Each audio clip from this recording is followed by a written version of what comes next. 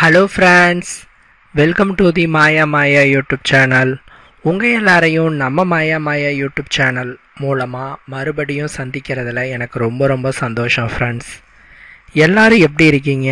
ரொம்ப ரொம்ப ஹாப்பியாகவும் அதே நேரத்தில் ரொம்ப சேஃபாகவும் இருக்கீங்கன்னு நான் நம்புகிறேன். தொடர்ச்சியாக நம்மளுடைய சேனலில் இல்லறம் சம்மந்தப்பட்ட பலவிதமான சந்தேகங்களுக்கு உண்டான தீர்வுகளை பார்த்துக்கிட்டு இருக்கிறோம். எல்லாமே உங்களுக்கு பயன் தரக்கூடிய வகையில் தான் இருக்குன்னு நான் நம்புகிறேன். அந்த வகையில் இன்றைக்கி இந்த வீடியோ பதிவில் மிக முக்கியமான ஒரு டாப்பிக்கை பற்றி பார்க்க போகிறோம். நிறைய ஆண்களுக்கு ரொம்ப பயனுள்ள டாப்பிக்காக இருக்கும். நிறைய பெண்களும் அவர்களினுடைய கணவனிடத்தில் இதை சொல்கிறதுக்கும் அவங்க ரெண்டு பேருமே கேட்கலாம், தம்பதியர்கள் இருவருமே கேட்கலாம். நம்ம சேனல் வீடியோஸ் அப்படி தான் வடிவமைக்கப்பட்டிருக்கு, கொச்சையாலாம் வடிவமைக்கப்படலை. ப்ராக்டிக்கலாக பேசுகிறோம், என்னென்ன மாதிரியான விஷயங்கள் இருக்குது இல்லறத்தில் அப்படின்னுட்டு. ஸோ எல்லாருமே கேட்டு அதன் பிரகாரம் தெளிவாகி அதன் பிறகு நீங்கள் இல்லறத்தில் ஈடுபடலாம். ஆக்சுவலாக பார்த்தீங்கன்னா எத்தனையோ விஷயங்களுக்காக நீங்கள் நேரத்தை செலவீனம் பண்ணுறீங்க, உண்மைதானே? இல்லறம் என்பது வாழ்க்கையினுடைய மிக முக்கியமான ஒரு பார்ட். ஒரு வயசுக்கு மேலே எல்லாத்துக்குமே தேவைப்படுற ஒரு விஷயம் இந்த இல்லறம் அப்படிங்கிறது. இந்த இல்லறம் நல்லறமாக அமைய வேண்டுமென்றால் அதில் சில விஷயங்கள்லாம் நீங்கள் தெரிஞ்சுக்கணும். இன்றைக்கி அதை சொல்கிறதுக்கு ஆள் யாருமே இல்லை. அந்த காலத்தில் என்ன பண்ணுவாங்கன்னா, திருமணமான பெண்களுக்கு பார்த்தீங்கன்னா அவங்களோட அம்மா சொல்லுவாங்க, இப்படித்தான் இருக்குது, இந்த மாதிரிலாம் இருக்குது அப்படின்னு சொல்லி கொடுப்பாங்க. ஆனால் இன்றைக்கி சொல்கிறதுக்கும் ஆள் இல்லை. ஆண்களுக்கு சொல்கிறதுக்கு சுத்தமாக நம்ம நாட்டில் ஆளே கிடையாது. இதுதான் பிரச்சனையாக வருது.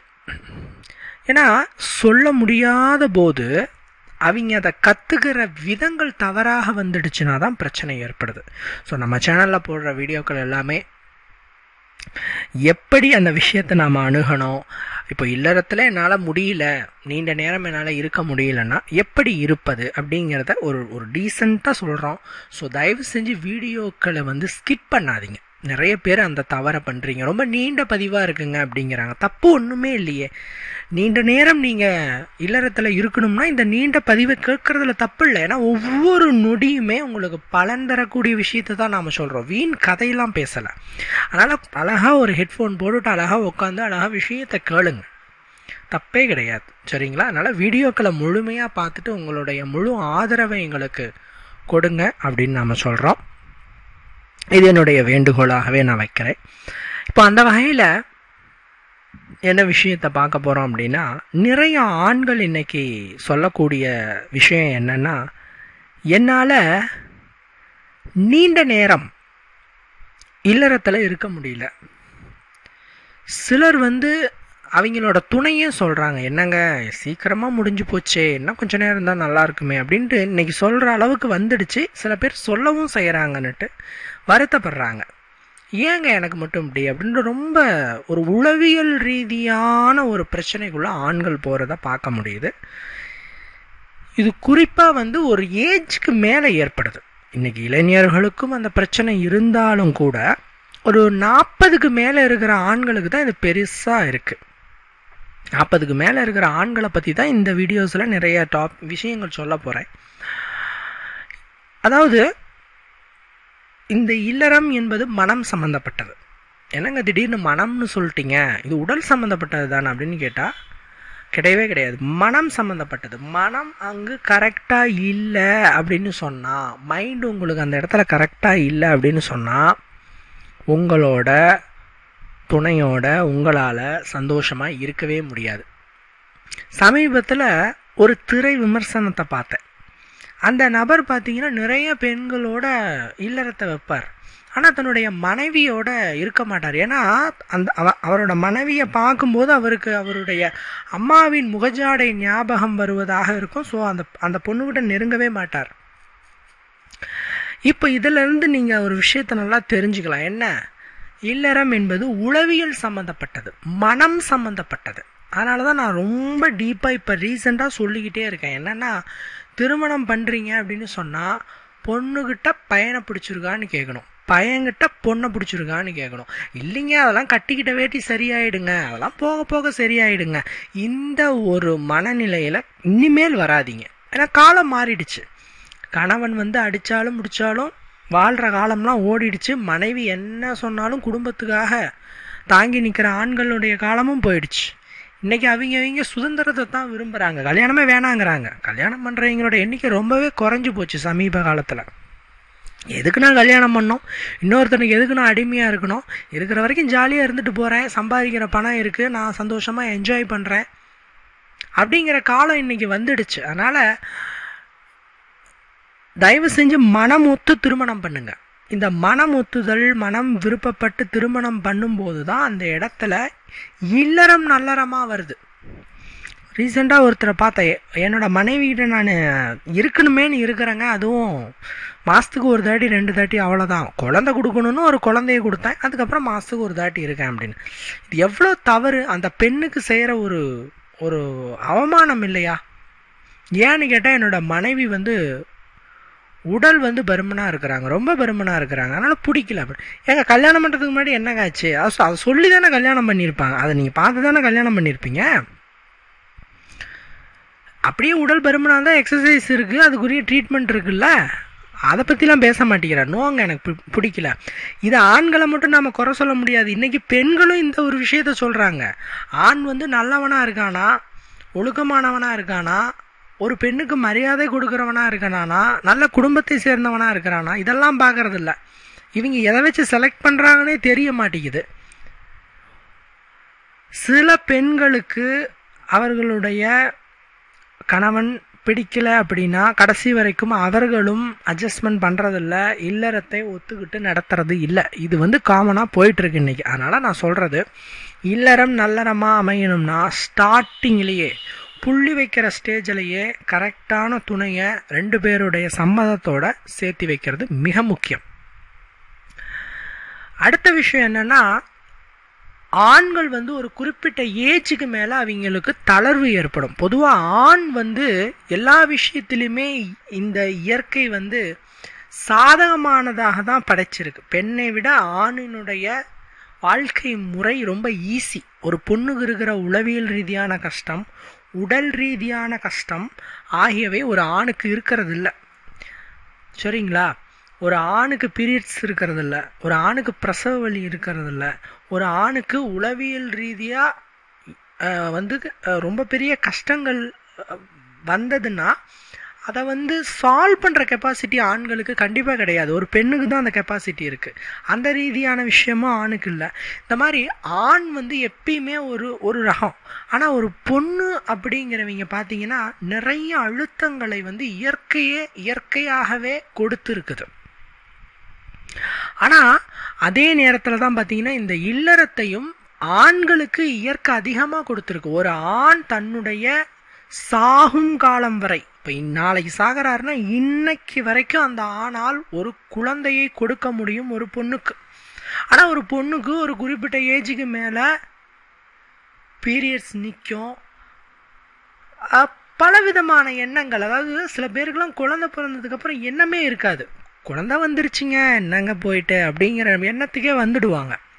சரிங்களா? அதனால் ஆண் பார்த்தீங்கன்னா அமுத சுரபி மாதிரி இந்த விஷயத்தில் எப்போ பார்த்தாலும் அவங்களுக்கு தோணுச்சுன்னா ஓகே புகுந்து விளையாண்டரலாம். அதனால் ஆண்களுக்கு மேக்சிமம் இந்த மலடுங்கிற பிரச்சனை ஏற்படுறது இல்லை. ஆனால் இப்போ ரீசன்ட் டைமில் ஏற்படுது. அதுக்கு பல விதமான காரணங்கள் சொல்கிறாங்க. பட் ஒன்று காமனாக பார்த்தோம்னா இந்த இல்லறத்தில் பிரச்சனை அப்படின்னு சொன்னால் அது மேக்சிமம் ஆண்களுக்கு வந்து உளவியல் ரீதியாக பிரச்சனையாக தான் இருக்கும். ஒரு பொண்ணுக்கு தான் உடல் ரீதியான பிரச்சனையாக இருக்கும், காமனாக சொல்கிறேன். ஆனால் ஆணுக்கு உடல் ரீதியான பிரச்சனை ஏற்படும் போது ஸ்ட்ரெயிட்டாக அடிக்கிறது இந்த விஷயத்தை தான், இல்லறத்தை தான் அது வந்து அஃபெக்ட் பண்ணும். சர்க்கரை, கொலஸ்ட்ரால், பிபி, இந்த மாதிரியான விஷயங்கள், மெயினாக உடல் பருமன் விஷயம், இந்த விஷயங்களால் ஆண்களுக்கு இல்லறம் பாதிப்படையும். ஒரு குறிப்பிட்ட ஏஜ் வரைக்கும் உடலே அதை வந்து சரி பண்ணிக்கும்.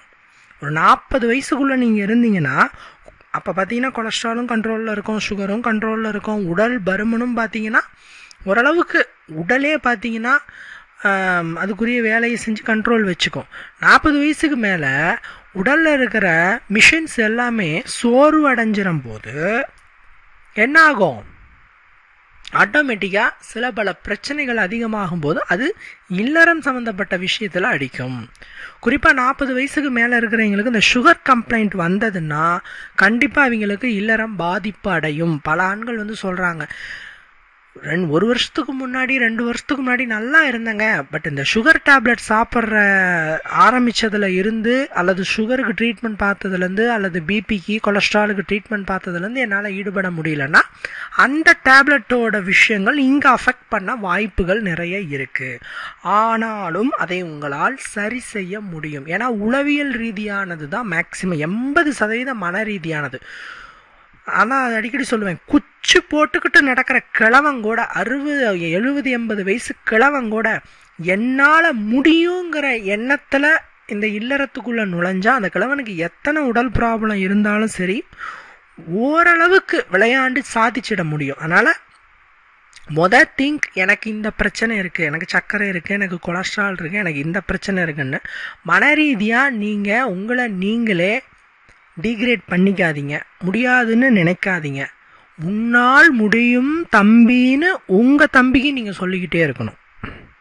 அதனால் ஒரு கான்ஃபிடென்ட்டை வந்து நீங்கள் உங்களுக்கு நீங்களே கொடுத்துக்கிட்டுருங்க. 1. 2வது, இந்த டேப்லெட்ஸ் சாப்பிடும்போது அது உங்களுக்கு இதில் அஃபெக்ட் ஆகுதுன்னு தெரிஞ்சால் மருத்துவர்கிட்ட தயவு செஞ்சு சொல்லுங்கள், என்னால் முன்ன மாதிரி இருக்க முடியல இல்லறத்தில், ஸோ இந்த டேப்லெட் ஒரு ரீசனாக இருக்கா இல்லை என்ன ஏதுன்னு அவங்க கிட்ட கன்சிடர் பண்ணுங்க. ஓகேங்களா? இது ரொம்ப முக்கியம். தினமும் அரை மணி நேர உடற்பயிற்சி. ஆணாக இருந்தால் 30 நிமிடம், பெண்ணாக இருந்தால் 45 நிமிஷம்.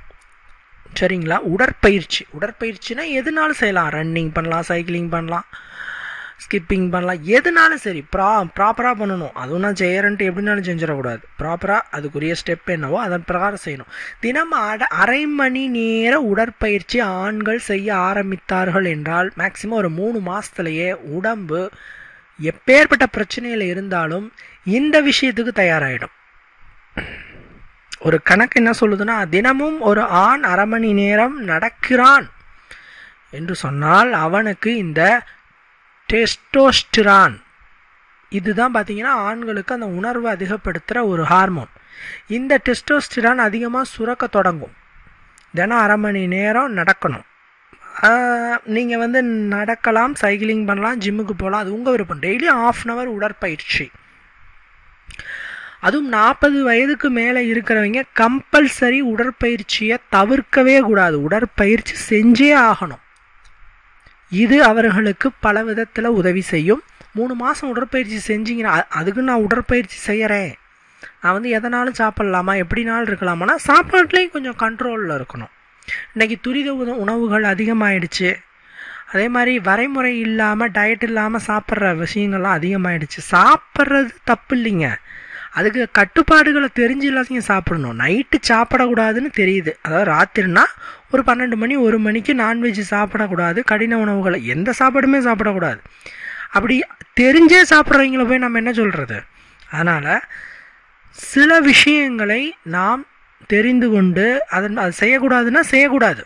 உணவுகளையும் கட்டுப்பாடாக இருக்கணும். டெய்லி எக்ஸசைஸ், இதை மட்டும் நீங்கள் செஞ்சீங்கன்னாவே மேக்ஸிமம் 40 இயர்ஸ்க்கு மேலே இருக்கிறவங்க கில்லியாக மாறிடலாம். அவர்களுக்கு சில டேப்லெட்ஸ்லாம் இருக்குது. அந்த டேப்லெட் பேர் நாம் இங்கே சொல்ல முடியாது, ஏன்னா எல்லாருமே மருத்துவ ஆலோசனை இல்லாமல் வாங்கி யூஸ் பண்ணுற நிலை ஏற்படும். முறையாக ஒரு மருத்துவரை அணுகுனீங்கன்னா அவங்க சொல்லுவாங்க. அந்த டேப்லெட்லாம் போட்டுக்கிட்டிங்கன்னா, இது வந்து 40 வயதுக்கு மேலே தான் நான் சொல்ல முடியலங்கும் போது, சுகர் பிபி இந்த கம்ப்ளைண்ட் இருக்கிறவங்களுக்கு முடியாதுங்கும் போது அவங்களும் பார்த்தீங்கன்னா டேப்லெட் போட்டுட்டு நல்லா இல்லறத்தில் இருந்த பிறகு டேப்லெட்டை ஸ்டாப் பண்ணிவிட்டு நீங்கள் கொஞ்ச நாள் அதை வச்சுட்டு கொஞ்ச நாள் இருக்கணும். சும்மா டேப்லெட்டை போட்டு இருக்கக்கூடாது. ஆமாம், நான் இதை இன்னொரு விஷயமும் சொல்கிறேன். பல ஆண்கள் என்ன பண்ணுறீங்க, கடைக்கு போகிறீங்க, ஏதாவது ஒரு டேப்லெட் பேர் சொல்கிறது, அந்த டேப்லெட் டாக்டருக்கே தெரியுமான்னு தெரியல, இவங்களே புதுசாக உற்பத்தி பண்ணுறாங்களான்னு தெரியல. அந்த டேப்லெட்டை வாங்குறீங்க, போடுறீங்க, இருக்கிறீங்க. இது என்ன ஆகும்னா ஹார்ட் பிரச்சனை ஏற்படுத்தும். ரத்தத்தில் வந்து அந்த இரத்த நாளங்களில் பிரச்சனை ஏற்படுத்தும். நாளடைவில் உங்களால் மாத்திரை இல்லாமல் ஒரு திருப்தியான இல்லறத்தில் இருக்கவே முடியாது என்ற நிலையை அது ஏற்படுத்திவிடும். இது எவ்வளோ பெரிய ஒரு பிரச்சனைன்னு உங்களுக்கு தெரியும் இல்லையா? அதனால் மாத்திரை மருந்துகளை மருத்துவ ஆலோசனை இல்லாமல் நீங்கள் எடுக்கவே கூடாது. கம்பல்சரி, அதுக்கு ரெக்கமெண்டே கிடையாது, எடுக்கவே கூடாது. இயற்கை ரீதியாக சில விஷயங்கள் இருக்குது, அதை நான் இப்போ உங்ககிட்ட நான் சொல்கிறேன். ஒரு சின்ன டிப்ஸுன்னு நம்ம இதை வச்சுக்கலாம். அந்த காலத்தில் லேபனம் அப்படின்னு சொல்லுவாங்க, சில பேர் லேபன மணி அப்படின்னு சொல்லுவாங்க. இது வந்து ராஜாக்கள், பெரிய பெரிய வசதி வாய்ந்தவர்கள்லாம் இதை யூஸ் பண்ணாங்க. இதை பற்றின குறிப்புகள் சுவடிகள்லையும் புத்தகங்கள்லையும் இருக்குது. இந்த பாதரசர்கள் இல்லையா, இதை முறையாக சுத்தி பண்ணி அதற்குரிய மூலிகளில் புடம்போட்டு எடுத்து, இது பேர் தாது புஷ்டி ஸ்தம்பனமணி அப்படின்னு சொல்லுவாங்க. தாது ஸ்தம்பனமணின்னு சொல்லுவாங்க.